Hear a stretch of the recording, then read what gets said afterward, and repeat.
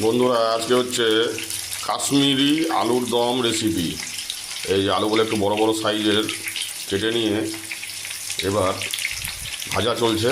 জয়ত্রী, জায়ফল, গোটা গোলমরিচ, টমেটো, আদা, কাঁচা লঙ্কা, জিরার গুঁড়া, ধনের গুঁড়া দিয়ে পেস্ট। আর এর মধ্যে আছে পোস্ত, কাজু, মগজ বাটা।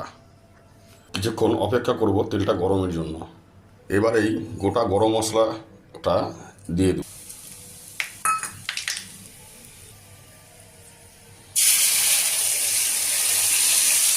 এটাকে ভালোভাবে কষানো হবে, এর কাঁচা গন্ধ না চলে যাবে তখন এটাকে কষাবো।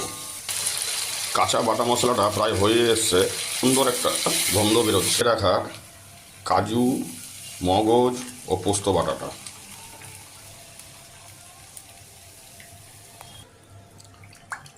দেখুন কি সুন্দর রং হয়েছে।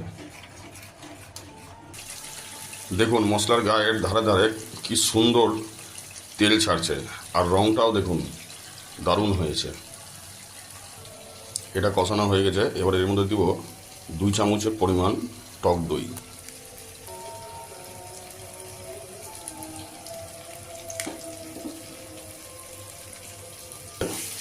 কষাতে হবে যতক্ষণ না তেল ছাড়ে। দিব পরিমাণ মতন হলুদ,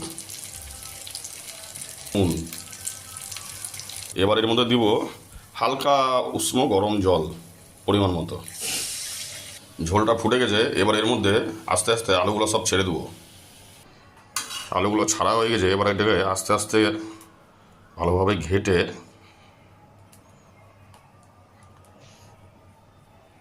10 মিনিটের জন্য ঢেকে দেবো সেদ্ধ হওয়ার জন্য। বন্ধুরা, ফিরে এলাম 15 মিনিট পর। এবার এর মধ্যে দিব সামান্য ফ্রেশ ক্রিম আমুলের,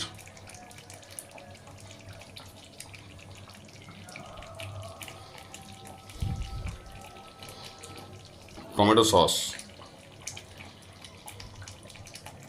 সামান্য পরিমাণ চিনি, গুঁড়া গরম মশলার গুঁড়ো। আমাদের আলুর দম রেডি। এবার পরিবেশনের পালা। সবাই ভালো থাকবেন, সুস্থ থাকবেন। নমস্কার।